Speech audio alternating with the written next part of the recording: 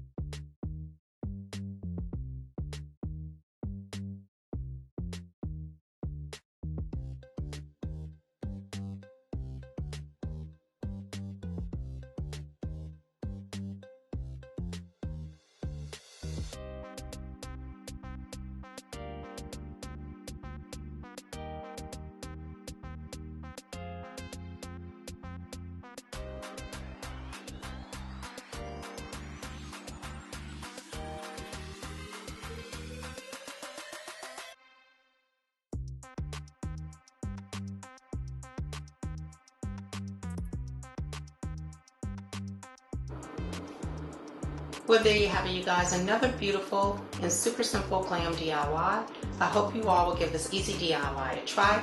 If you like these kinds of glam DIYs and glam videos, please be sure to share my videos with your friends and family.